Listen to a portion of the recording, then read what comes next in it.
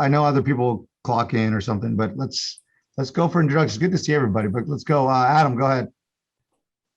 All right, my name is Adam Lichter. I'm the athletic director of St. Mary's High School in Stockton, California. Jolene? Hi, my name is Jolene Fugate. I'm the West Catholic Athletic League Commissioner here in the Bay Area. I have 9 schools from San Jose to San Francisco. Jamie? Good morning, I'm Jamie Stevens. I'm the Director of Athletics at Great Falls Central Catholic in Montana. Chris? I'm Chris Long, recently retired athletic director from Juan Diego Catholic High School in Draper, Utah. Ted? My name is Ted Bianco. I'm the current athletic director at Juan Diego Catholic High School in Draper, Utah. Eric? Good morning, Eric Wood, athletic director, Judge Memorial High School in Salt Lake City. Carolyn? Hi, everyone. Good morning. Carolyn Sadeko, retired athletic director, educational sports consultant out in San Francisco. Mike? Good morning, everyone. I'm Mike Kelly. I'm the athletic director at Christian Brothers High School in Memphis, Tennessee. Rob? Sorry for my tardiness. Rob Bishop, athletic director down here in Palma and Salinas, California. Kevin? Morning, Kevin Hitchin, Mission College Prep in San Luis Obispo. And I saw Justin check in. Catholic National Athletic Association. He's talking. Justin, you there? Anyways, go ahead. Sorry, I'm here. Yeah, Justin Edgels, St. Francis Sales School in Toledo, Ohio. Perfect. So we got people from all around the country. It's great to see everybody again. Just kind of wanted to kick off the year with some friends, obviously, and kind of wrap up COVID and have a quick 30-minute conversation on what happened, what took place, what you learned, where we're going with it. Obviously, we're all different parts of the country with different sort of backgrounds, and I, wanted to say thank you first of all to Adam and Jolene and Jamie and Chris offered just to kind of be on the panel. I know people will be checking in along the way. We have 3 questions or so to kind of talk about, where we're at, COVID strategies and different things we liked or didn't like and will carry over. Jolene brings an interesting perspective because she hears from 9 Catholic schools, plus she's as a commissioner.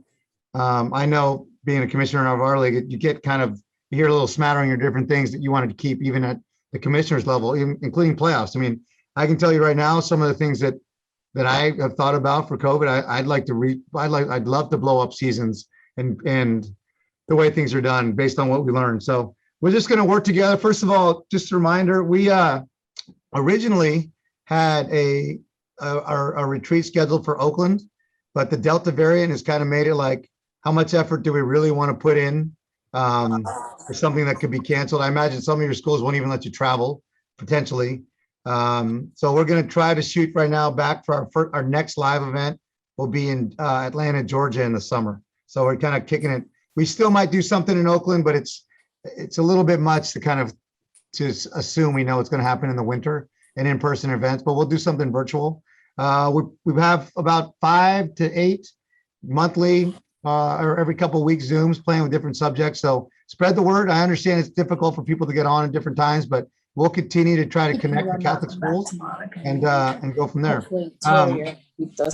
The first thing, I'm going to just kind of start off and kick it off to one of our panelists. And then what we're planning on doing, if we don't have to do a breakout, we can kind of just keep together because it's a good number right now. But I guess I'll kick it off to Adam. What COVID strategies did you learn? Did you like? Are you going to use this year? Because as we all know, we're still in COVID, right? No one's really left COVID. So it's unfortunate. I mean, even in Tennessee, I think they still have to acknowledge COVID exists somewhat. Although everyone from California has moved there, so maybe it doesn't exist in Tennessee. But Adam, what have you learned? Short answer is patience. We all say patience is a virtue. Don't sweat the small stuff. Things are going to come up. Obviously, the preparation. I always believe prehab is better than rehab. So obviously understanding the landscape of what's going on. And basically, being prepared, knowing your A, B, and C, what's going to happen, or what could happen, because this is a crazy time. So we want to be, kind of ahead of the curve. And that's what I've done. Obviously see the signs. I'm privileged enough to have, my wife is the head charge nurse at an ER. So the good news about that is I kind of get a pulse from her and I could start setting up, obviously with the Delta variant, it's super high here in Lodi, California, which is down the street. So I can kind of judge what's going to happen and I better start getting prepared for what could happen. So I would say obviously patience and preparation, more so now than ever in the COVID times. Jolene, commissioner's view? Yeah, I would, along with patience. I think our big thing across our league and is flexibility. So pretty much the same exact thing, right? Just challenging. We started right away when everything kind of came down in March of last year, because we were in state basketball. A lot of my schools were playing in that, and so just being flexible off the bat, and then just the flexibility to move things. Because like Adam was saying, we would meet. We met a lot this year with my athletic directors, and we'd be planning something and get off a call at 1:30, and at 2:30, the county health department would put something different out. And so, the first couple of times you get really mad and frustrated. And then after that, just realizing it's just part of it. And by having the athletic directors embrace flexibility, it allowed our coaches to embrace it. And now it's kind of coming out of more people's mouths. And it's more of we're in this together. And how can we get through this? Like Adam's saying, trying to be in front of it instead of reacting to it. Chris, what did you learn, veteran for 40 years? Among all and everything you guys just said is absolutely true. You got to be flexible. You got to be patient. One thing that you have to be transparent too. We recently, 2 weeks ago, Ted had a big high-profile football game. Not two Catholic schools, but two public schools got their first football game canceled because the one school was not forthcoming about what was going on in their program. And by the time that got out, so to speak, the district had no choice but to shut that game down. And the athletic director for the Salt Lake City School District just got hammered by the public, but she did exactly the right thing. And if the one high school would have said, look, here's our situation, we need to take care of it, it might not have happened. So to just let everybody, all your competition, everybody in your building, everybody that you're going to come in contact, be transparent. This is what we're doing. This is what we're discovering. This is how we're going to mediate it, and like I say, get ahead of it. Don't wait till the day of and say, oh, guess what? I think Jamie's not on there. But I guess, and I appreciate you guys. What specific practical tips are people taking away on the panel from COVID and kind of moved it forward that you learned in the last 12 months? Adam. Hey, Leo, Go. I'm here, Leo, now. Okay. Sorry. All right, good. Answer the question. What, if there's any, or Adam, go ahead. What tips, what practical tips would you give other athletic directors that you're going to use, or a tip? I kind of what Jolene said. I've done more meetings than ever, and everybody thinks meetings can be boring, but make them exciting with your coaches.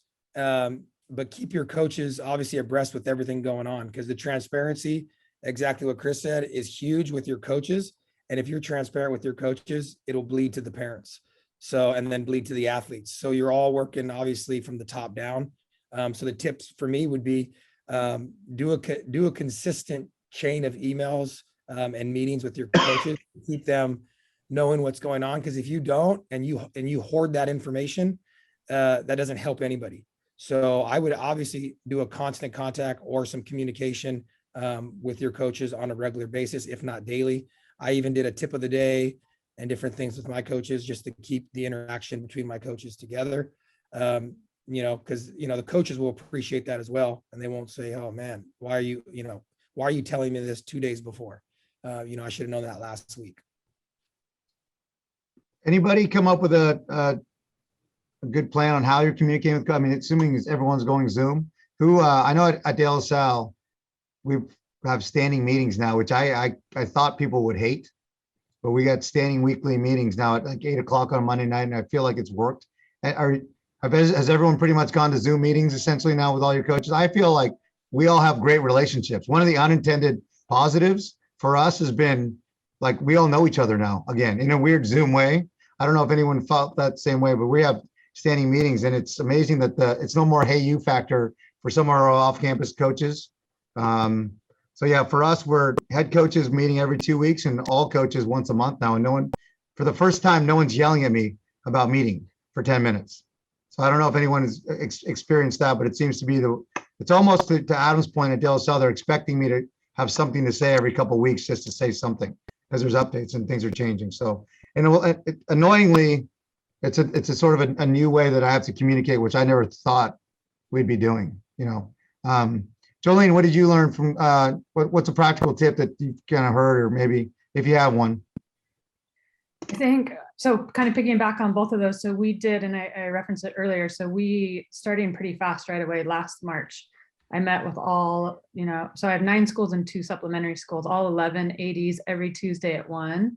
And at first it was kind of, the meeting part of it. And then it was funny because we met all through the summer, and then in mid-July, or as we were getting started, and then some stuff kind of came back up, and it was like the first thing that came back out of, can we have these meetings, because it's the information and trying to be in front of it. So I'd say that's one.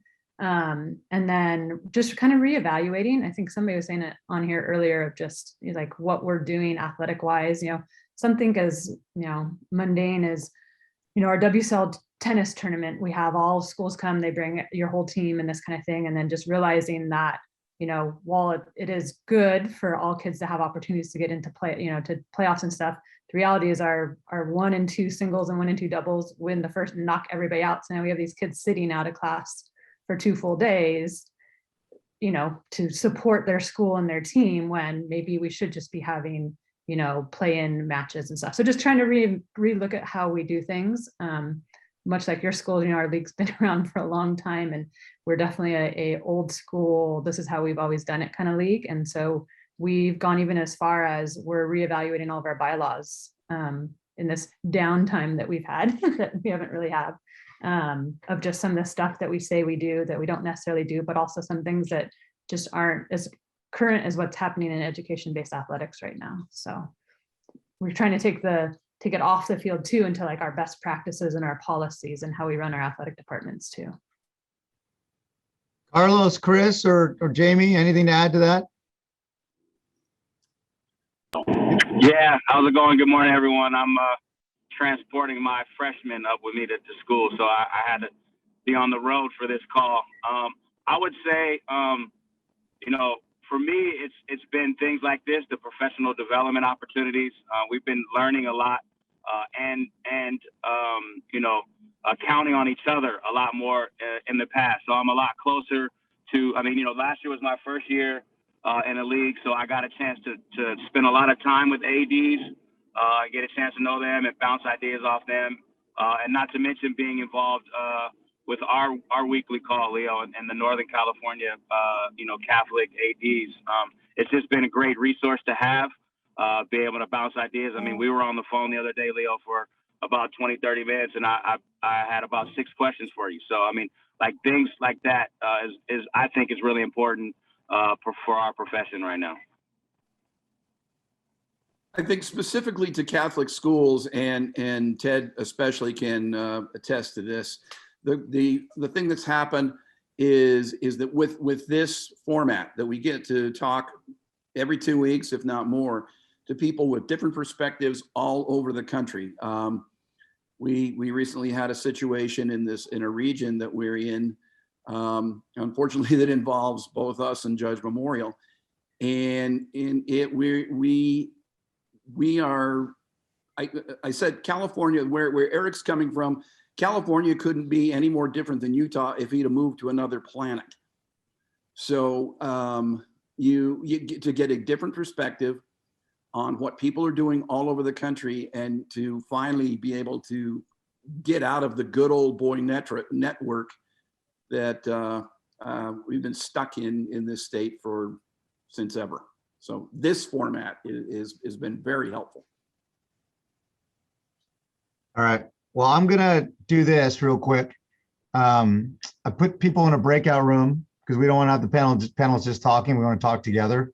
But I've split it up in a few people. I think the topic in the breakout room is just talk about practical tips and things that you're using to get through this. So everything from GoFan to what did you increase in social media? Are you changing I don't know. I guess you could talk about what game operation stuff are you doing differently? Just quick tips on what you're doing to get you through COVID right now, including, I don't know what you're doing with your athletic trainers, just anything, just a roundtable discussion with people. I put everyone, there's only 2 rooms. I'll just open them up right now. So if you can go in there, we'll close it for, I don't know, in about, I'll call you back in. We'll close it in 10 minutes or so. So I'll call you back, then we'll kind of share, then we'll take it to like the 8:30, excuse me, my time. I forget that we have people from across the country. So in about 10, 15 minutes, we'll come back and then we'll go there. Okay. So I will open up the breakout room right now and you guys can go in there and chat away and talk about, just share ideas and talk about what we're learning in COVID and what we're taking it and how we're getting better here, trying to get through it. Okay.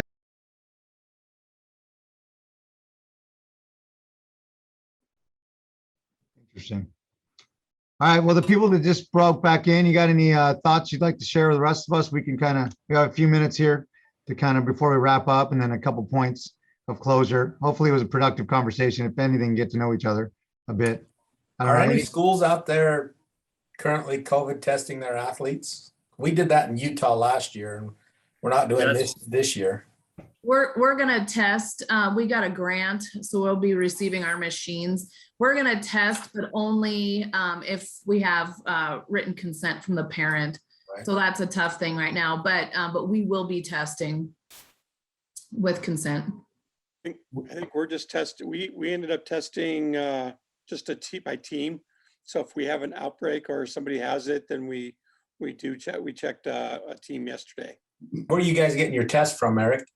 I had a big box left when I came in, so we still have a bunch of those tests. And then I'm going down to the Activities Association tomorrow to pick up some more tests. Cool. So I called them yesterday and they said I could pick up at least 80, but I may be picking up more. Is yours swab or saliva? Swab. The CARES Act expires in mid-September. So, but they'll probably extend it given the world we're at. So testing should still be affordable and free from different spots. We're actually, I don't know if anyone's doing this. We are actually mandating overnight travel testing 24 hours prior to, because some of our coaches had some fear of going like on overnight trips. We're actually doing it for all co-curriculars, so retreats or whatever, you know what I mean? We'll let them go, but they're testing 24 hours beforehand for COVID. So I don't know, until we're rapid testing, I'm not sure how that's going to go with some of our parents, but they don't have a choice. Our cross country team's going to LA next week on Friday. So on Thursday, they'll get a test. If they're negative, they're not getting in the van. So there's that coaches piece. I think there's going to be like the unintended consequences. I think that's going to be something where we're at that people are going to still carry over until COVID goes away, which my doctor told me the other day, it ain't going away. So I think that's going to be one of those things. Talk about unintended consequences. We're all going to have tests. We're going to have masks and rapid tests in our top drawer instead of blue tape and caution tape.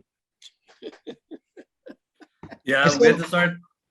Go ahead. Oh no, we had to start testing again.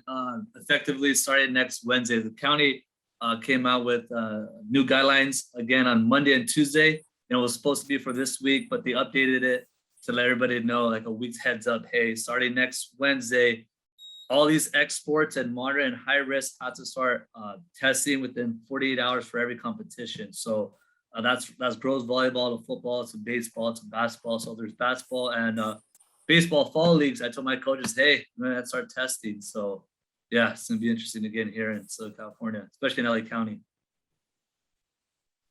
So as we wrap up here, and you kind of think back to COVID and what happened, and now moving to the next COVID.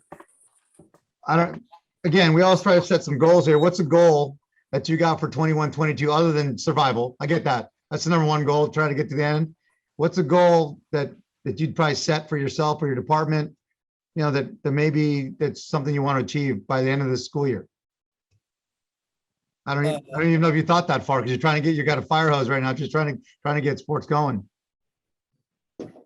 I put, so obviously we lead with spirituality here.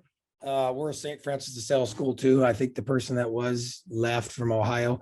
But I put continue to grow my faith, continue to grow, obviously, you know, I mean, with my coaches. If you have any silver lining, Leo, I agree. My relationship with my coaches has grown so much through the process, because we've had to communicate, we've had to have meetings, we've had to have heart to hearts. So, you know, I mean, they become more like family, because you're around them so much just with meetings. So I'd say continue to grow. We did something really cool. We have a bishop here that runs the diocese, and we did a coaches retreat, and we did breakfast for him. And yeah, we did breakfast. I know it's weird. We had masks on, but we you know, we took them off when we ate. But we got to meet with the bishop, and the bishop got to, you know, kind of talk about where, you know, I mean, his stance on athletics and what he wants. And then just basically, you know, change lives, not change the outcome of games. That was his message, and I think it was great. I don't think we understand, even as athletic directors, we're changing these student athletes' lives. You know, and we can, or we can sit at our desk and do nothing.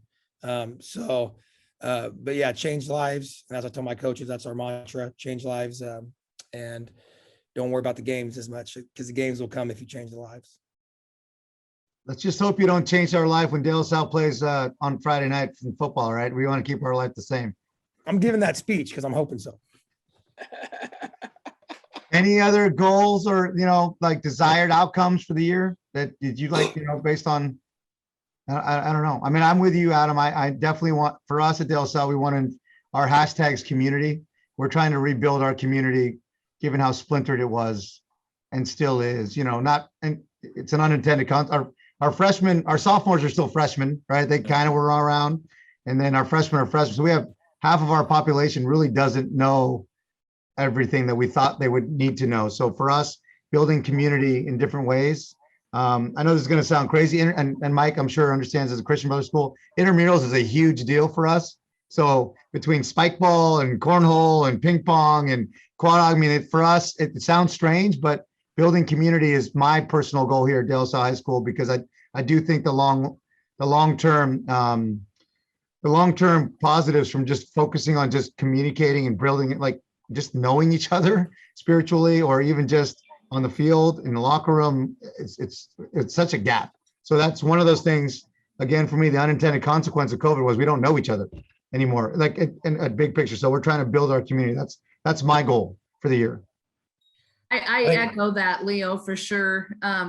You know, we have such, it seems like in Great Falls, especially up in Montana, we've got such a division between our masking people and our non-masking people. And that is a huge problem right now, just within our city.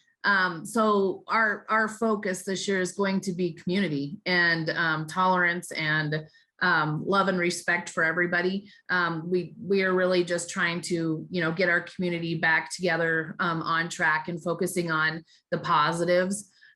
We also had something interesting in Montana go on for us, where we are now integrating homeschool and non-member schools, so non-accredited schools, into our athletic programs. They can actually come and compete with us. So that piece is going to be real big for us this year, and just like you said, building that community piece back.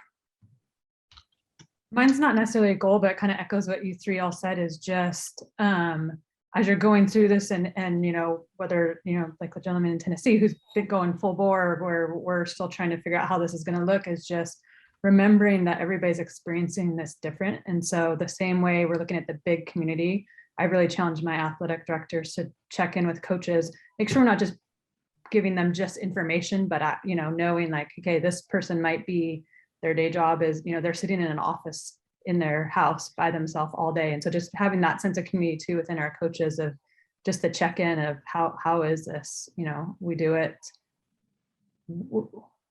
sometimes, but I think we could do it more with our coaches too, of that part of community, of just asking them, right? we talk a lot about student athlete mental health and stuff, but are we checking on the mental health of our coaches as well? Yeah, I agree. I think coaches development has definitely popped up. I think we all know, we saw which coaches are real good coaches, which coaches are average coaches, and which coaches need some help. Because they were forced to do things that they probably never had to do and change and evolve. So I think I have a suspicion we'll all come back and say, here's the things we've instituted to try to get, support our coaches. Coaches support is probably bigger than we probably never did it, on a regular basis. Kind of like Adam's the golf coach. Here's your paperwork. See you later. You're a good guy. Talk to you soon. But I do think that's a good point, Julian. Like, our coaches need a ton of support. Otherwise, we're all going to wonder how the heck we're going to coach 3 sports a season, because it might happen down the line if we don't keep working that way. I mean, and one of those things that we're going to try to expand this year is kind of, and I'd like to send this out to you. We're going to do like silos of Catholic National Athletic Association, like football coaches, water polo coaches. We kind of started doing it in Northern California. We'll start to send some regular stuff out so they can kind of talk to each other. Similar philosophy, but we do know that when Catholic schools talk to each other, work together, the light bulb goes off a little bit. You feel at ease. You can share ideas. So one of our growth areas in the CNAA this year is to definitely expand in the coaches area across the board. Hopefully leading to events that down the line they're basically sponsored by Catholic National Athletic Association. So that let people know as you see those things, that's going to be coming our way. Presidents and principals hopefully kind of weave into our national retreats, because I think we all know when you get the president and principal on the same page with their athletic department, makes it smoother. So we're looking at, that's kind of our areas of growth. Social media, don't forget to make sure to follow each other, tag each other, support each other, all that stuff. We'll keep going. Tamara does an awesome job of keeping us in line, but I think the best thing about this for last year for this group is that we've all grown and made great relationships to help each other out. So we're moving forward. My couple takeaways before I forget. I think I'll be doing something like this monthly for sure, and I'll just kind of throw out topics. But if you guys ever want to lead anything in discussion, we're here to help you. If you want to, like Mike wants to talk about whatever, game operations or on live streaming or whatever topic, and you want to run a panel, we can get that stuff out there. We're here to help each other. Let me know. We're not going to do one every day. If I've learned one thing, we're not Zooming daily, that's for sure. But if we're doing once a month, every couple of weeks, it's easy to kind of fit in, I think.